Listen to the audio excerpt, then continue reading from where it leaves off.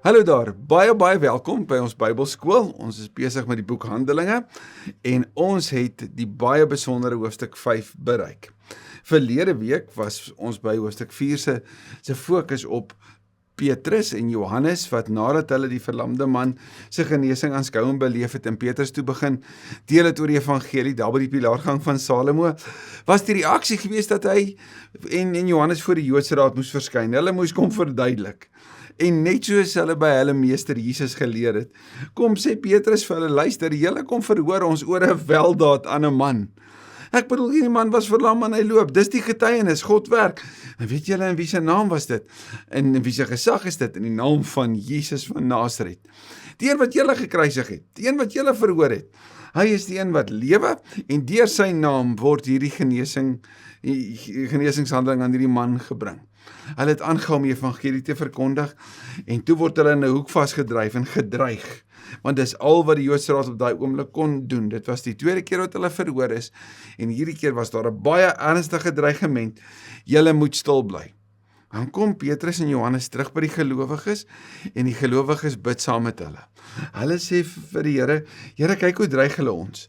En in plaas daarvan om te sê, Here, maak dit heiliger en veiliger en makliker en gemakliker vir u volgelinge, sê hulle, Here, gee vir hulle meer moed. Gee vir hulle meer waagmoed om die evangelie onbeskaamd te verkondig. Daai hele gedagte van help hulle om vreesloos te leef. Ek dink dit is die beskrywing wat ek sou gee daaraan van wat daar gebeur het. Here, gee vir hulle moed. Ons sien hierdie gelowiges het alles met mekaar gedeel. Hulle het ruimhartig omgegee. Hulle het gebid asof dit hulle self was en ja, die nood van ander was asof dit hulle eie nood was. En die Here het aanhou om elke dag het hy aangehou om getal gelowiges tot die gemeente te voeg. Die gelowiges het in hierdie tyd nou al aangegroei tot 5000 plus en baie reken die 5000 is net die getal mans alleen en die getal mans sou meer wees as die fariseërs, die totale getal van fariseërs in Jerusalem in daai tyd. So die beweging van Jesus word in wese 'n bedreiging vir die Joodse godsdienstleiers van daai tyd. En daarom word die teenkanting vanaf die hoek van die godsdienstige leiers van die Sanhedrin natuurlik ook al hoe meer. Maar in die ruimhartigheid verskyn 'n man met die naam van Barnabas. Wanneer Lukas hom in hoofstuk 4 inskryf in die verhaal en wanneer ons sien Barnabas kom te voorskyn, dan kom 'n karakter na vore wat ons al hoe meer in Handelinge gaan sien. Hy gaan 'n geweldige impak hê. Ons gaan van Barnabas lees tot reg aan die einde van Paulus se lewe, daar in 2 Timoteus 4. Die impak van Barnabas se lewe gaan ons daar sien. Want Barnabas, hierdie man wat die ondersteuner, die bemoediger is letterlik wat die gelowiges hom genoem het. Barnabas, die een wat ander bemoedig, was ook 'n leviet geweest, daai Siprus wêreld met eiendom. En ook hy het sy eiendom verkoop en die geld gebring sodat ander wat in nood is kan deel, sodat niemand tekortskiet nie. So binne hierdie ruimte van ruimhartigheid, van vrygewigheid, van liefde, van erns oor die evangelie, van erns oor die uitdra van hierdie boodskap, binne 'n omgewing wat die Engelse sou beskryf as redelik hostile, nê? Weerstandig teenoor die beweging van Jesus. Leef hierdie ruimhartige beweging van Jesus tot in so 'n mate dat dit al hoe meer uitbrei. En as ons daai hart hoor, met dit tree ons na vandag se teks toe. Nou kom ons bid eers saam. Dankie Here dat u woord die waarheid is. En Vader, terwyl ons vandag met hierdie hoofstuk besig is, bid ek so dat ons harte stadig sal stap met hierdie baie besondere teks om te hoor wat u ook vir ons wil sê. Bid dit in u naam. Amen. Handelinge 5, die opskrif hier in my Bybel, of my teks wat ek hier het, en natuurlik weet die notas is vir jou beskikbaar, is Ananias en Safira. Maar daar was ook 'n sekere man, Ananias en sy vrou Safira, wat 'n eiendom verkoop het. So Barnabas het verkoop en hy het die geld gebring, en hier is Ananias en Safira, en hulle het die eiendom wat hulle gehad het verkoop. Met die medewete van sy vrou, het hy van die verkoopprys vir hulle self agtergehou, en net 'n gedeelte daarvan gebring en vir die apostels gegee. So Ananias en Safira het besluit, ons gaan geld gee vir die beweging van Jesus, maar ons gaan 'n stuk terughou. Nou net tot op hierdie punt sal ons dus vir mekaar kon sê, maar dis mos reg. Daar's nie 'n probleem daarmee nie. Maar kom ons kyk nou. Petrus sê toe vir hom, Ananias, hoekom het jy jou deur die Satan laat omhaal om vir die Heilige Gees te lieg en van die verkoopprys van die grond vir jouself agter te hou? En die mooi van hierdie sien ons is dat die Here weet alles. Daar in Psalm 139 sien ons, hy ken ons gedagtes, hy ken ons woorde nog voordat dit by ons opkom. En nou hier kom wys Petrus vir Ananias, hoorie, maar die Here openbaar aan my hier binnekant oor wat jy aangevang het daar in die donker, daar agter. En dan die belangrike woorde wat hy gebruik is, hoekom het jy jou deur die Satan laat omhaal? Nou, hoekom sal die woord Satan hier gebruik word? Ek bedoel, Satan is die teenstander, nê? Die een wat verdeel, hy word ook die diabolos genoem, maar hy is ook die groot versoeker. En die versoeking van Ananias en Safira was om te jok. Kom ons hou 'n bietjie terug, kom ons skil die gelowiges, dat hulle ons toewyding sien, want dit is in wese wat hy en sy vrou besluit het. Kom ons wys vir die gelowiges, hoe toegewyd is ons. Kom ons gee voor. En die lig van die evangelie, die lig van die waarheid van Christus, skyn op hierdie donker, en Petrus kom noem dit. Hoekom sou jy dit jok? Hoekom het jy dit terughou? Nou in Joshua 7 is daar 'n verhaal van Akan, en jy sou kon sien daar waar die Here gesê het, julle mag nie van die byt vir julle vat nie, het Akan van dit vir homself terughou. En teenoor hom daar in Joshua 7 is daar ook 'n baie wrede gevolg, iets baie slegs tref sy lewe, omdat hy gejok het, en nie net gejok het nie, hy het intentioneel teen die opdrag van Jahwe opgetree. En deur sy optrede het hy die beweging van Joshua het hy gestuit, het hy hulle groei, hulle momentum, het hy vereers gestuit. Sien, ons ongehoorsaamheid het 'n impak op ander. En ook hier nou sien ons dat die ongehoorsaamheid van Ananias en Safira het aanvanklik 'n geweldige impak op die geloofsgemeenskap. Onthou, hulle is 'n ruimhartige gemeenskap, né? En hier kom hulle en hulle deel dan van hulle geld. So die gelowiges ontvang dit natuurlik met al die goedheid wat hulle al die ander geskenke vanaf ontvang. Maar Petrus word deur die Here gewys dat daar 'n leuen hier agter skuil. Vers 4. Die grond was mos joune. En toe dit verkoop is, kon jy met die geld gemaak het wat jy wou. Dis belangrik. Wat het jou besiel om dit te doen? Jy het nie vir die mense gelieg nie, maar vir God. En hier is 'n baie belangrike groot prentjie om hier agter te sien.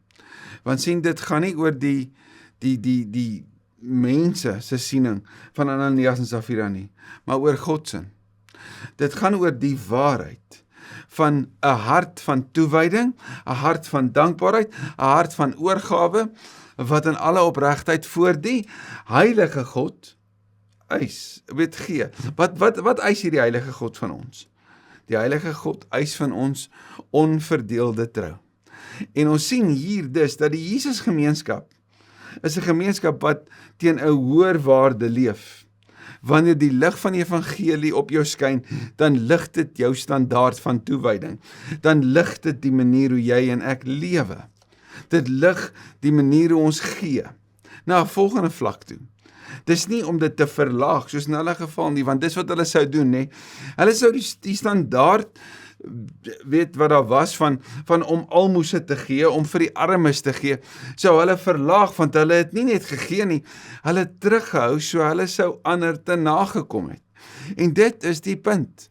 Deur terug te hou, deur te dink hulle kul, deur te dink dat ander dink hoe mooi toegewyd is hulle, het hulle in wese oneer aan God gebring. Sien jy dit raak? En hierdie was verskriklik belangrik vir die beginbeweging van die Jesus gemeenskap, om raak te sien dat wanneer ons praat oor toewyding aan die Here, dan draai ons nie doekies om nie, soos die Afrikaanse spreekwoord sou lui. Ons kil mekaar nie, ons gaan voluit, ons gee ons beste vir die Here wat sy alles gegee het, want dis natuurlik waar alles begin, hè.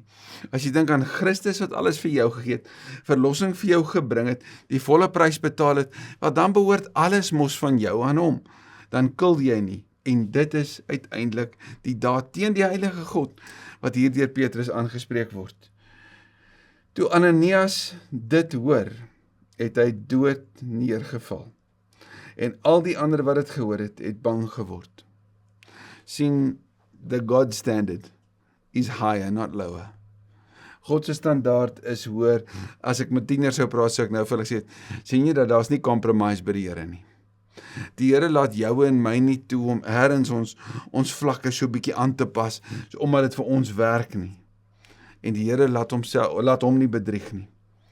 Hy laat dit ook nie toe dat daar in die geloofsgemeenskap bedriegery voorkom en dink dit is maar reg nie. Ananias het dood neergeval. En wat pak die gelowiges van daai tyd?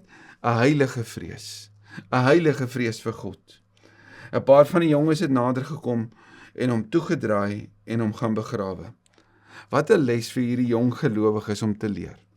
Ek stel myself voor, dit is nou hulle funksie. Hulle is nou dienaars in die gemeente. Hierdie man is dood. Hy is dood vanweë sy ongehoorsaamheid. Kan jy jouself indink? Wat se gesprekke sou hulle hê vir mekaar? Ons moet nie vir die Here jok nie. Ons moenie leuns vertel nie. Ons moenie terughou nie. Ons dien 'n God wat alles sien. Ons dien 'n God wat nie duld dat daar teen hom bedriegery gepleeg word nie. Hy sien alles. En vir jou en my mag hierdie verskriklik hard klink. Maar dink mooi hoe belangrik hierdie was, want sou die kerk hierdie aanpas, sou die Here toelaat dat daar 'n bietjie bedriegery inglip. Dis net soos om te sê, sou die Here toelaat dat daar 'n bietjie gekil word met die waarheid van die evangelie, so 'n bietjie aangepas word, so 'n bietjie toegelaat word dat die gemeenskap se standaarde nou die manier word van waar volgens ons die woord interpreteer. Kan jy jouself indink waar die kerk sou eindig? Kan jy jouself indink as hulle net hierdie klein bietjie van die koers af rigting waarop hulle dan sou wees, begin aanvaar het, waar sou hulle deur ver af van die pad eindig? Jy moet koersvas bly, né? Daarom is die woord Torah 'n pyl wat reguit slaan. Dis is om presies op koers te hou, dis reguit. Daar word nie afgewyk nie. En dis hier waar ons dit ook sien uitspeel in die eerste kerk, eerste gelowiges. Omtrent 3 uur later is sy vrou daar aangekom, onbewus van wat gebeur het. Ek wonder wat in na hart geleef. Ek bedoel, die gelowiges het mos nou hulle geskenk gesien. Hulle het hulle toewyding beleef. Waarskynlik 'n groot agting en waardering gehad vir hulle. Sien voorgee vir 'n vlak van geestelikheid kan jou dier te staan kom. Want die realiteit daarvan was dat wat hier binne geleef het, nie opregte dankbaarheid en omgee en weggee geleef het nie. Maar eerder, kom ons gee voor, sodat ander beïndruk sou wees ook met ons. Petrus vra toe vir haar, sê vir my, het julle die grond vir soveel verkoop? Ja, sê sy, vir soveel. So Petrus bevestig die bedrag, en ons sien, interessant genoeg met Ananias, daar's nêrens 'n gesprek oor die bedrag nie. So Petrus het klaar die openbaring van die Here afgekry. Toe sê Petrus vir haar, waarom het julle ooreengekom om die gees van die Here uit te tart? Die mense wat jou man begrawe het, is nou net weer by die deur, en hulle sal jou ook uitdra. Sien, die reinheid van die kerk was op die spel, die reinheid van die evangelie was op die spel.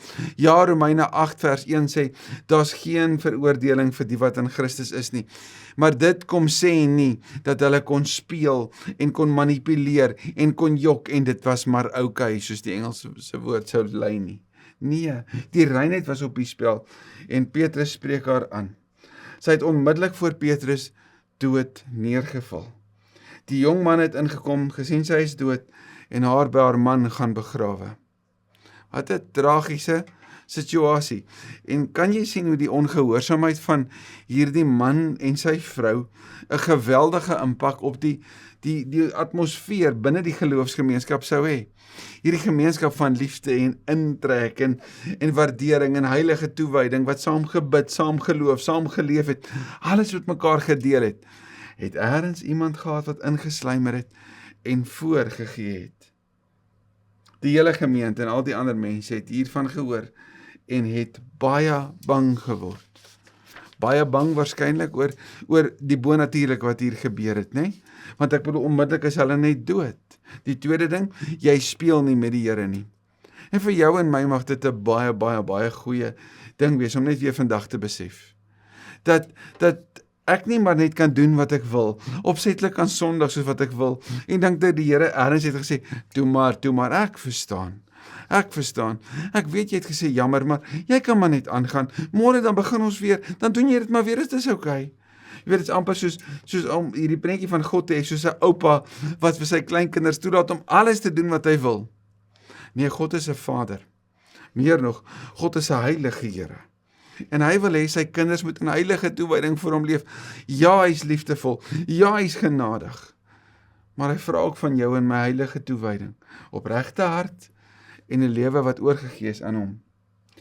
Vers 12, deur die apostels het daar baie tekens en wonders onder die volk plaasgevind. Nou kyk net mooi, ek en jy mag dalk vers 12 teenoor vers 11 en vers 10 lees. Ek bedoel, was dit nie 'n wonder gewees wat gebeur het toe Ananias en Safira dood neergeval het nie? Was dit nie 'n teken van God se erns en God se reinheid nie? Natuurlik was dit. Maar sien, die evangelie kom bring lewe, kom bring herstel, kom bring genesing, en hulle bedrog, hulle bedreery, sou hierdie beweging beïnvloed. En daarom moes dit gestuit word, sodat hierdie nog meer kan gebeur, nê? Sodat dit die momentum wat dit sou hê in elk geval kon bereik, sodat die reinheid van die Jesusbeweging behoue kon bly. So hulle het wonders gedoen. Handelinge 1 vers 8, nee, julle sal krag ontvang. Julle gaan my getuies wees. Hier het dit gebeur. En al die gelowiges het gereeld saamgekom in die pilaargang van Salomo. So daar in die tempel, daar waar Petrus soveel keer gepraat het, daar die gelowiges bymekaar gekom. En nou kan ons onsself indink, hierdie groep mense met heilige toewyding, heilige eer vir die Here, en soveel liefde vir mekaar, is soos 'n magneet vir die ander, om in te kom en deel te wees. Maar van die ander mense het niemand dit gewaag om by hulle aan te sluit nie, al het die volk hulle hoog geag. Die woord aan te sluit is die Griekse woord kolao, en dit verwys na gom, om aangeplak te wees, om gekolao te wees. Maar dat mense nie gewaag om by hulle aan te sluit, om aan te plak by hierdie gelowiges nie, want hulle was bang, hulle was versigtig, en al het die volk hulle hoog geag, het hulle tog gekies om op afstand te bly. Tog is baie mense wat in die Here geglo het, mans sowel as vrouens, algaande by hulle getal gevoeg, so die Jesusbeweging hou aan. Die mense self siek is op straat uitgedra, en hulle daarop draagbare en beddens neergesit, sodat as Petrus daar verbygaan, al is dit maar net sy skaduwee op party van hulle kon val. Sien, die mag van God word sigbaar. Die Engels sou sê, the might of God is on display. Die Heilige Gees is aan die werk. En onthou jy in Petrus se huis, daar in Kapernaum, waar hy sy dak oopmaak, 'n man met 'n draagbaar aflaatsak, en Jesus die man genees, en dan stuur Jesus hom natuurlik na sy mense toe. Hy herstel hom holisties, hy herstel hom emosioneel, hy herstel hom fisies, maar ook geestelik, want hy's terug in sy gemeenskap, aktief as 'n getuie van 'n geneesde deur Christus, né? Nou hier kom die Jesusbeweging, en hulle doen die dade wat Jesus gedoen het. Die krag van die Gees werk nou deur hulle, en mense word genees. En nou word daar gesê, wanneer Petrus verbystap en die skaduwee val op mense, was hulle genees gewees. En Lukas natuurlik 'n geskiedskrywer, iemand wat op grond van geverifieerde data gewerk het, plot hierdie juis vir jou en my neer om te sê, kan jy sien hoe kragtig was die Here aan die werk, maar let wel, terwyl die Here baie sterk aan die werk was die eis ook gewees 'n toegewyde lewe aan die Here. Daar het ook baie mense van die dorp in die omgewing van Jerusalem afgekom. Nou onthou jy Handelinge 1 vers 8, julle sal my getuies wees in Jerusalem, Judea, Samaria en tot in die uithoeke van die wêreld. So nou het ons die mense in die omgewing van Judea en dies meer wat nou stroom na Jerusalem toe. So die eerste deel van Handelinge word waar. Nou is dit nie die evangelie net wat oorgaan nie, maar ander wat hierdie kant toe kom. En hulle wil kom luister. Hulle het hulle siekes gebring en mense wat onder onrein geeste gelei het. Hulle is almal gesond gemaak. En as ek en jy na Jesus se bediening gaan kyk, dan sien ons is 'n bediening van genesing en 'n bediening van bevryding. En dis 'n bediening van totale herstel, en hier gebeur dit deur die geloofsgemeenskap. Nou, hoe sal dit dan wees as jy in die opposisie se kant was, né? As jy nou deel was van die Sanhedrin, en jy hoor van hierdie Jesusbeweging, hierdie Jesus wat julle gedink het, dis beter vir een man om te sterf as vir almal om te sterf. Kom ons stop net vir hom, en dan stop ons die beweging. En sy beweging gaan voort. Inteendeel, dis nie nou net hy nie, dis nou soveel ander wat dit bly deel. En mense stap oor vanaf die Jode na hulle toe. Hulle word deel van die Jesus gemeenskap en hulle is opgewonde en bly daaroor. Hoe sou jy reageer? Kom ons kyk hoe het hulle. Vers 17. Die hoëpriester en al sy onderdane wat aan die party van die Sadduseërs behoort het, is met afguns vervul. So hier sien ons die afguns is met weerstand, nê, met totale jaloesie.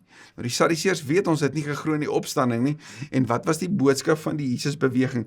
Die opstanding het reeds plaasgevind in Christus, en daarom loop ons saam met die opgestane Here wat leef. En hulle het besluit om in te gryp. So hulle het nou 'n plan gemaak.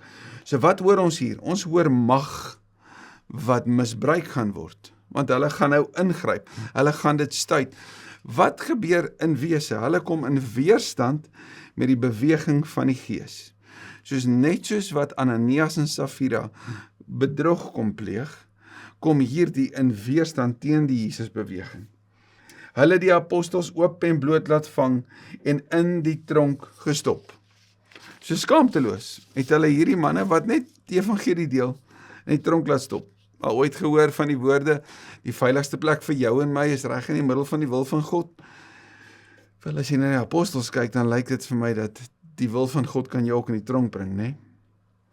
Maar 'n engel van die Here het in die nag die tronkdeure oopgemaak, die apostels uitgelei en vir hulle gesê, gaan staan in die tempel en verkondig aan die volk die volle boodskap van hierdie nuwe lewe. In die Ou Testament sou die engel van die Here 'n beskrywing wees van die Here se teenwoordigheid self.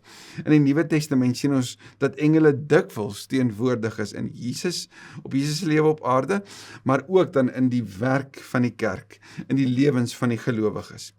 Hier kom die apostels en wat hoor hulle? Die Here sê, gaan terug tempel toe en gaan verkondig.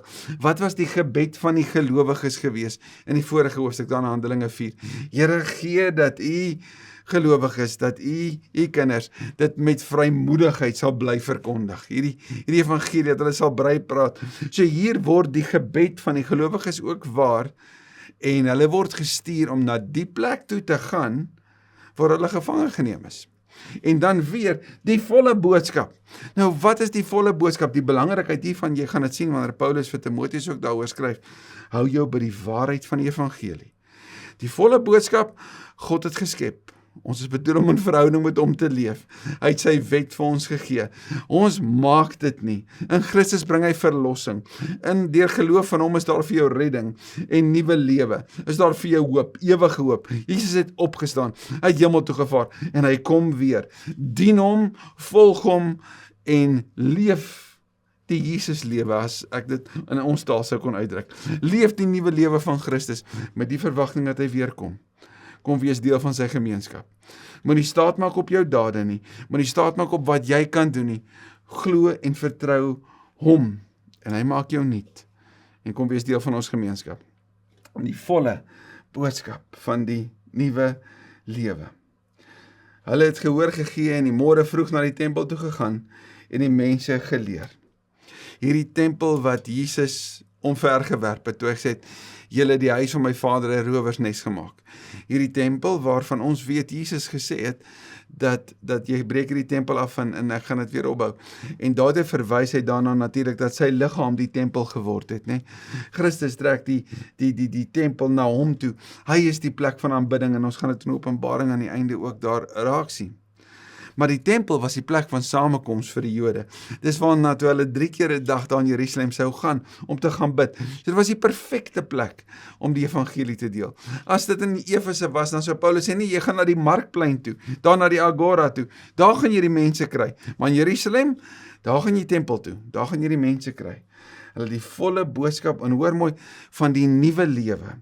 Jesus bring nuwe lewe. Gaan kyk maar net weer Johannes 3. Jy word nuut gebore, jy word 'n nuwe mens, 2 Korintiërs 5:17. En hierdie nuwe lewe vra nuwe gedrag, Efesiërs 4, wat uitgeleef moet word. Want dit is geïnspireer deur die vrug van die Gees, Galasiërs 5. Vers 21, hulle het gehoor gegee en die môre vroeg na die tempel toe gegaan en die mense geleer. Intussen het die hoëpriester en sy ondersteuners die leiers van Israel vir 'n volle vergadering van die Joodse raad bymekaar geroep en wagter na die tronk toe gestuur om die apostels te gaan haal. So nou is dit tyd vir 'n volle vergadering. En ons weet, wanneer ons na Jesus se lewe kyk, dat juist by die tempel het hulle hom onregverdig verhoor. Juist by die tempel is hy onregverdig aangekla.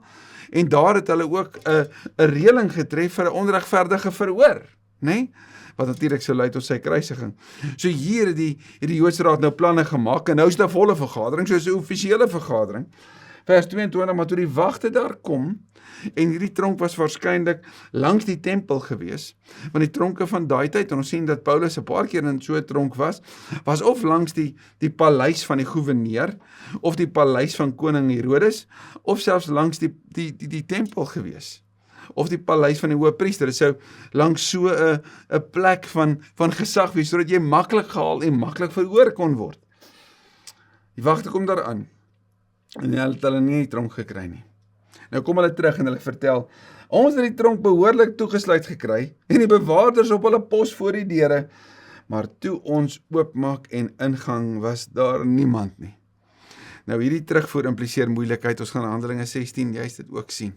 Want waar is die gelowiges nou? En as jy 'n bewaarder was, en jy het nie die gevangenes opgepas nie, die gevangenes het ontsnap, het jy met jou lewe daarvoor geboet.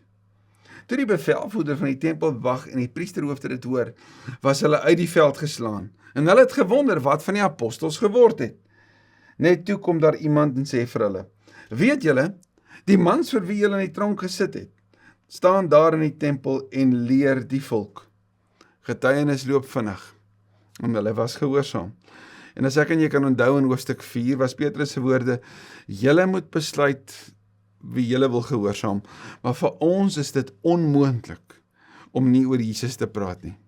Dis onmoontlik vir ons om nie te praat oor wat ons gesien en beleef het, hierdie nuwe lewe van Christus, natuurlik die opstanding van Christus nie. Ons kan nie stil bly nie, hulle het nie. Al is hulle gedreig, het hulle nie. Al is hulle gevange geneem, het hulle nie. Vers 26, toe die bevelvoerder en die wagte die apostels gaan haal, maar sonder geweld, omdat hulle bang was vir die volk, dat die volk hulle onder die klippe steek. Nou hier is die belangrike van wat ons hierin sien. Nee. Ons sien dat hierdie Sanhedrin bang was vir die volk, in plaas van vir God. Petrus se woorde was baie duidelik, julle moet besluit vir wie julle wil gehoorsaam. So hier, uit vrees vir die volk, uit vrees vir die reaksie vir die volk, hoekom sou die volk hulle onder die klippe wou steek? Want die evangelie was in volkleur tentoongestel deur die boodskap van die apostels.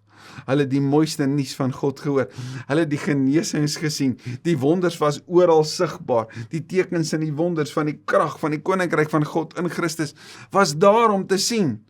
So waarom sal julle nou hierdie mense wat sulke goeie nuus bring en so goed doen vir ons, hierdie mense wat alles met ons deel, waarom sou julle hulle wou inperk of hulle leed aandoen?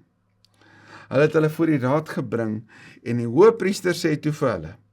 Nou weet ons die hoëpriester, ons het nou al gehoor van Annas en Caiaphas en dan van die ander van Annas se familie.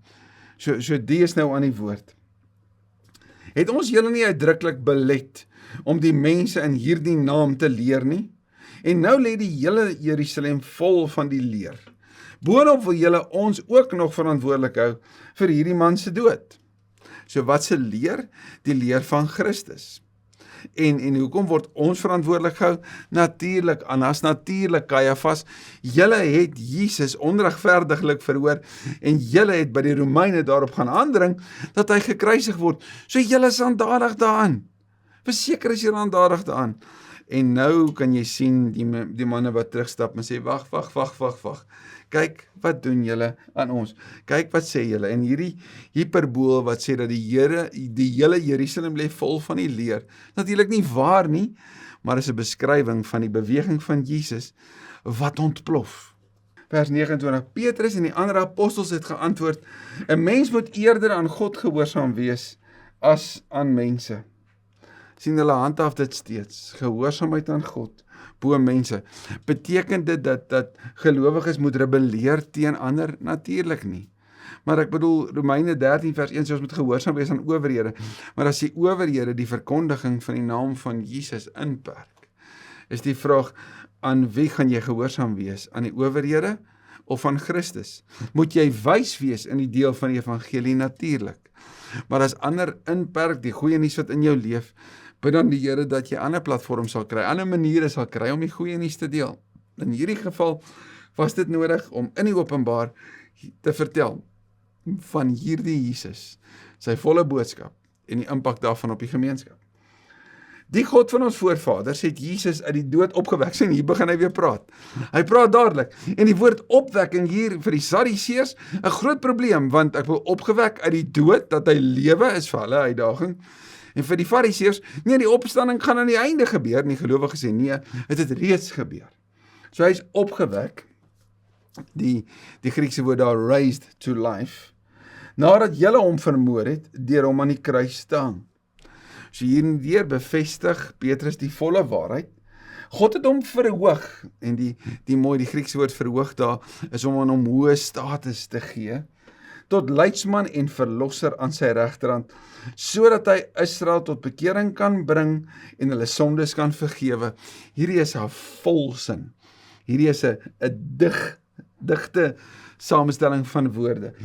Hy's die leidsman, so hy stap voor, hy's die eerste daarvan, hy's die pionier, kan ook dit beskryf word as, en verlosser, so verlosser Christus, as hy die verlosser is, dan beteken hy's die Messias, hy's die een wat sou kom, hy's die een wat ons verlos het uit die mag van sonde, hy het die lossersreg betaal vir ons vrylating deur sy lewe, en die rede daarvoor, hy is verlos, hy sit aan die regterhand wat 'n verhewe plek van gesag is, en die rede, sodat hy Israel tot bekering kan bring, metanoia, nuwe denke, 'n totale nuwe manier van lewe, en hulle sondes kan vergewe. Jy sien, bekering, nuwe lewe, gaan gepaard met 'n rein lewe, wat vergifnis van sonde beteken. En Jesus het gekom om jou en my te bevry, om vir ons vrylating te bewerkstellig. So hierdie woord vergewe word vertaal met pardon or liberty. God het ons rein verklaar, skoon gewas. En ons is getuies hiervan, ons en die Heilige Gees wat deur God gegee is, aan die wat aan hom gehoorsaam is. Geloof en gehoorsaamheid kry die geskenk van die Gees. Toe die raad dit hoor, was hulle woedend, en hulle wou die apostels doodmaak. Sien, wanneer ek en jy die waarheid hoor, dan word ons gekonfronteer hier binne met ons eie ek. En weer eens, wanneer Petrus net die evangelie verkondig, dan is dit ook 'n aanklag op hulle en hulle dade. Een van die fariseërs in die raad, 'n man met die naam van Gamaliel, wat as leermeester van die wet van Moses by die hele volk in hoë aansien was, het opgestaan en gevra dat die apostels 'n rukkie buitentoe gevat moet word. Soos wat Barnabas in die vorige hoofstuk tot die toneel toetree, tree Gamaliel nou toe tot die toneel, en Gamaliel is 'n baie belangrike karakter ook in Handelinge, maar veral ook in die lewe van die grootste karakter waarskynlik in die Handelinge brief en die Handelinge boek, en dit is Paulus. Sien, Paulus het by Gamaliel geleer. Gamaliel was die groot leermeester van daai tyd, die wysgeer, wat anders sou geleer het, wat dis insluit die fariseërs, sou leer in die uitleg van die skrif. En Gamaliel weet, en is met wysheid deur die Here gelei, dat hierdie beweging van Jesus is op 'n mespunt nou. Verstaan? Want die punt is, as hierdie van die Here af sou kom, as Jesus opgestaan het, dan sal Gamaliel mos nou weet, hierdie is die werk van God. En hy's 'n kenner van die Ou Testament, so hy weet, die werk van God kan nie gestuit word nie. Maar hy weet ook, as dit werk van mense is, dan sal dit iets anders wees. En Gamaliel is 'n baie belangrike karakter nou, want wat nou gaan gebeur, gaan bepaal of die Jesusbeweging voortgaan, ander gronde tref en bereik, en of dit hier gestop gaan word. So hy het opgestaan en gevra, en die interessante woord, sy woord opstaan, natuurlik die woord anastasis, om op te staan, sou wees dat hy het gesit, en nou neem hy 'n plek van gesag in. Maar waaroor gaan die evangelie? Oor die anastasis van Christus, oor die opstanding. Daarna sê hy vir die raad, Israeliete, julle moet versigtig wees, wat julle met hierdie mense gaan doen. 'n tyd gelede was daar die geval van Teudas. Nou, hy was 'n onbekende rebel van daai tyd, wat in opstand gekom het en daarop aanspraak gemaak het dat hy iemand van betekenis is. Hy het 'n aanhang gekry van omtrent 400 man, In vandag se wêreld sou ons kon sê, Theudas het 'n kultus gehad. Hy het 'n kultus begin. Hy het aanhang gekry van omtrent 400 man. Hy is doodgemaak en al sy volgelinge is verstrooi en die opstand het op niks uitgeloop nie. Nou Sagaria 13 vers 7 sê dat as jy die herder doodmaak, dan versprei die skape, dan jaag jy die trop uitmekaar. So, maak die leier dood en die bewegingstyd. So die vraag is, dus, as jy dit sou toepas, Jesus is mos doodgemaak deur die Jode, deur die Sanhedrin. So dan moet die beweging mos gestuit wees, as die leier dood is.